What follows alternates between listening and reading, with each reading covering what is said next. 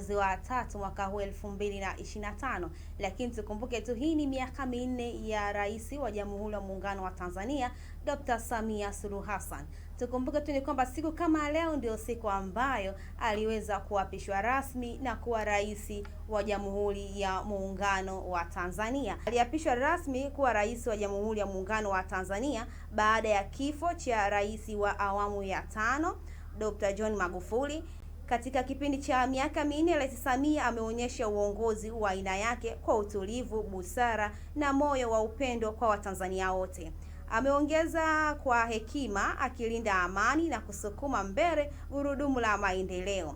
Moja ya alama kubwa ya uongozi wake ni falsafa ya 4R: maridhiano, mageuzi, kwanza upya ni miongoni mwa falsafa zake, ambapo kupitia falsafa hiyo Tanzania imefanya mageuzi makubwa kwenye demokrasia, uchumi na maisha ya wananchi kwa ujumla.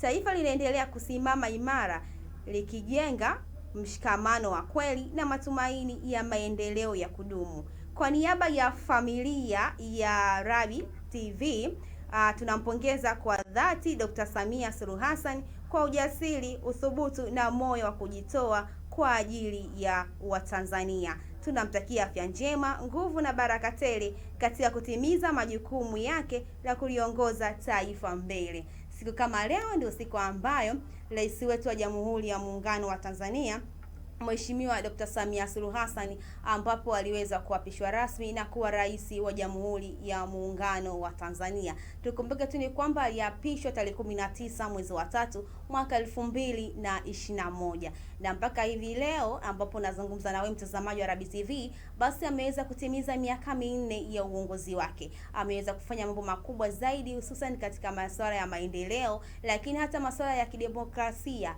masuala ya kidiplomasia, na kwenyewe kote huko ameweza kufanya vizuri. Katika kila sekta ameweza kuigusa, na mpaka kuna baadhi ya kampeni ambazo rais wetu wa Jamhuri ya Muungano wa Tanzania akaamua kuweza kuzianzisha kwa ajili tu ya kuweza kusaidia Watanzania.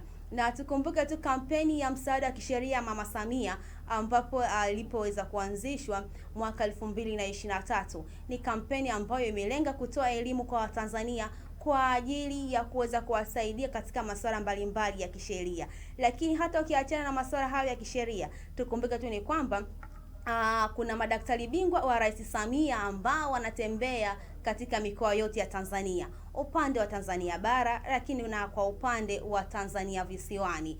Lakini hata hivyo kuna hii ambayo inaitwa ni kwamba kliniki mjongeo ambayo inatembea katika wilaya mbalimbali, katika kata mbalimbali, ili kuweza kuwafikia walimu na kuweza kutatua changamoto zao. Unaona jinsi gani ambavyo licha tu ya kuweza kugusa katika kila sekta, lakini bado kuna kampeni ambazo ameweza kuanzisha kwa ajili tu ya kuweza kuwasaidia wananchi wa Tanzania. Na kuna baadhi yao wakiomba baada ya kuwa kampeni sasa iwe rasmi, labda ni taasisi kwa ajili ya kuweza kuwasaidia Watanzania.